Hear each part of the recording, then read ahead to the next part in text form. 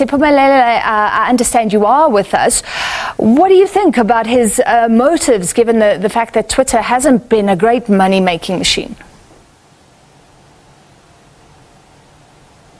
Such as maverick nature has always worked for Elon Musk. Because when you think about, for example, Tesla, not that many, when he started to go full steam ahead in electric cars, not many were really investing. Now people, a lot of companies are investing in electric cars, but Tesla is now the most valued car manufacturing company when you think about that. You think about the stuff that SpaceX is doing in space exploration. So I suppose this is part of his maverick nature. And he's also been talking about bringing freedom of speech to what Twitter does.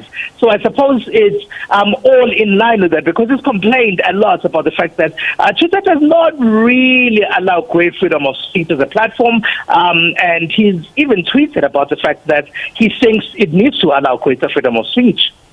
So he did tweet, free speech, yes, is the bedrock of a functioning democracy, and Twitter is the digital town square where matters vital to the future of humanity are debated. So obviously interested in free speech.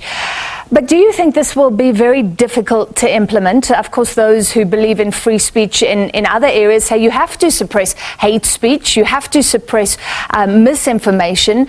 What if Twitter exploded with bots, for example, that said climate change doesn't exist?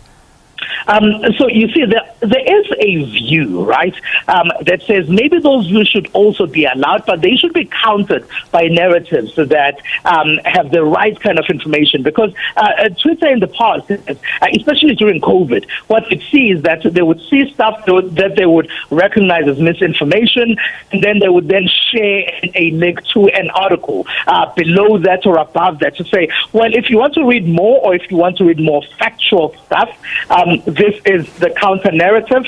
This is what you can possibly read. That is pretty much could have more truth. So that could be another side to things. Maybe he also believes that different narratives should be there, and people should be allowed to make up their own minds. And also maybe it can be countered by sharing truths if there is stuff that's seen as misinformation that appears. He has said that he hates the bot, so I think everybody would welcome that, because that distorts the narrative on any discussion if there are bots involved. Oh, totally. But at the same time, then that would also go against perhaps he sees as free speech. It's going to be interesting how he navigates through that, because this is definitely different from the hardcore technology that he's been involved in before, because now he enters a territory where there are different views, where the public is allowed to share their own views as well. It's different from, let's say, a Tesla or a SpaceX, where there is almost no public involvement, really. It's the people who work at the company who make decisions on what goes on at the company, and here he enters a space that is also partially a media space that has public views, that is not just Elon and Elon by himself. Yeah, I guess the ultimate test will be, can he withstand it if his critics really start attacking him on his own platform? Do you think Donald Trump will come back? Well, if free speech is what Elon is advocating for and allowing for different views, I don't know, we could see the likes of Donald Trump perhaps being allowed back onto the platform as well, because now Elon is making decisions by himself, really, as the sole shareholder, if you will. All right, thank you very much, Siphumelele Zondi, senior producer and anchor of Network.